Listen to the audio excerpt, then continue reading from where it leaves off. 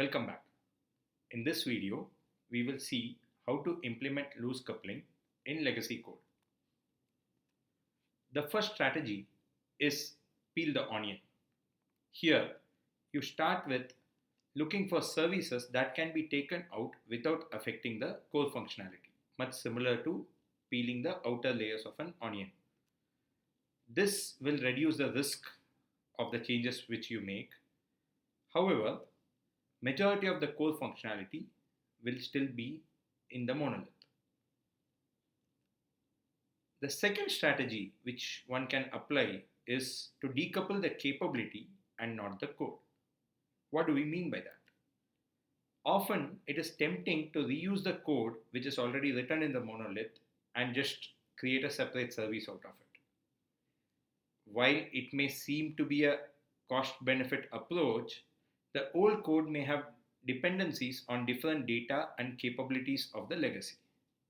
So more often than not, it is better to rewrite the code. The third strategy which one can apply is decoupling the change. In this, you identify the parts of code that are continuously undergoing change, and also they prevent the developers from quickly delivering values to the customer. This is because they are closely tied to the monolith. Any change would require the full release of monolith, and by splitting these changing modules into a separate service, you can create business value faster. What's an example? In an online retail system, the customer personalization goes through frequent research and there are frequent changes. That is a good example for decoupling from the monolith retail system. Now, let us take an example of a web application which is hosted in cloud and try to see what would be the step-by-step approach to decouple a service from it. In this particular case, what you see on the screen is an application hosted in cloud which has a web interface as well as an iOS app. It has functionalities of searching product by name, getting the price of a SKU, getting price for a category, and so forth. There is a products table which has all the information related to the products, including the price.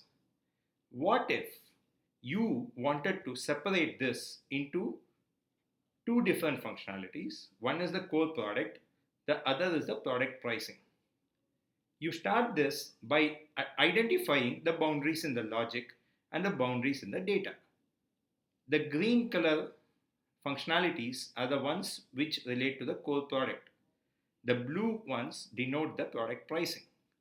Once you have identified the logic and data, you can create a logical separation.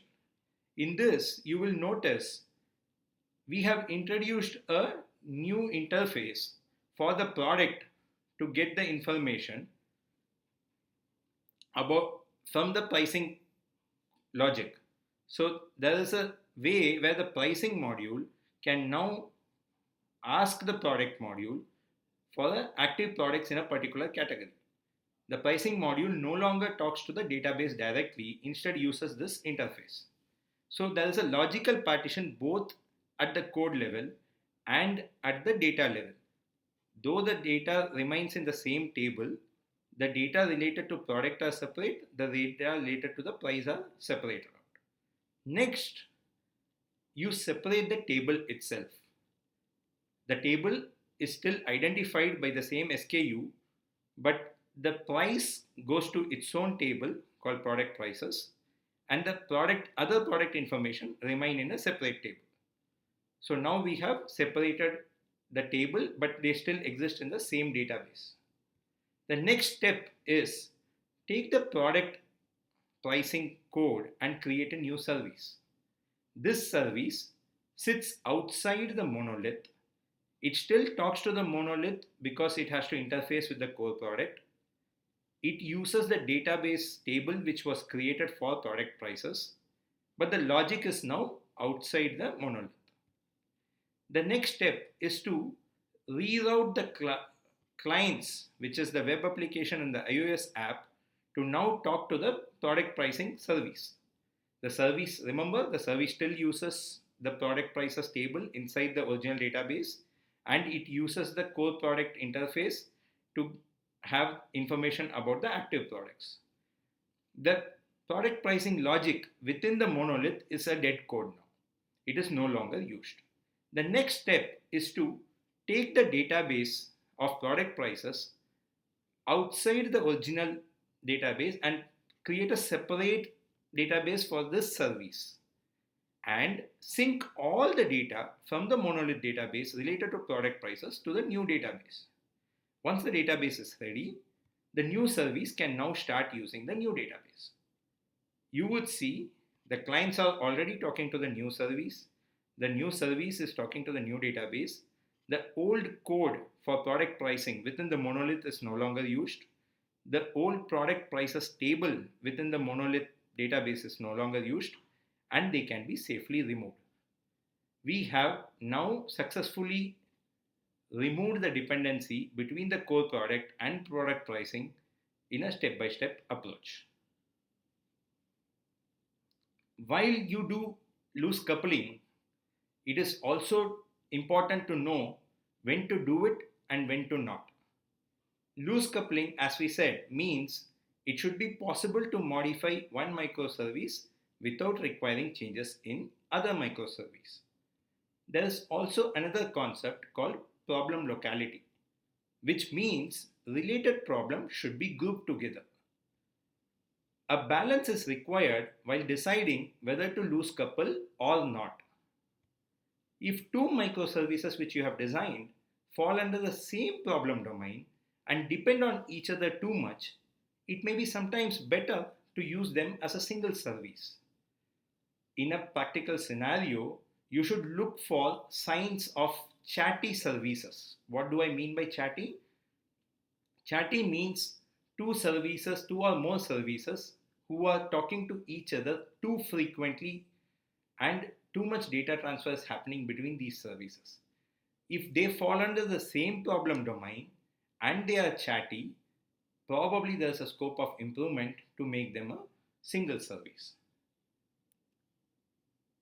To summarize, what did we learn in this video? We learned 3 strategies which can be employed while loose coupling a legacy code. We saw a step-by-step illustration of an example of how a data-rich logic can be separated into a separate service in a monolith application.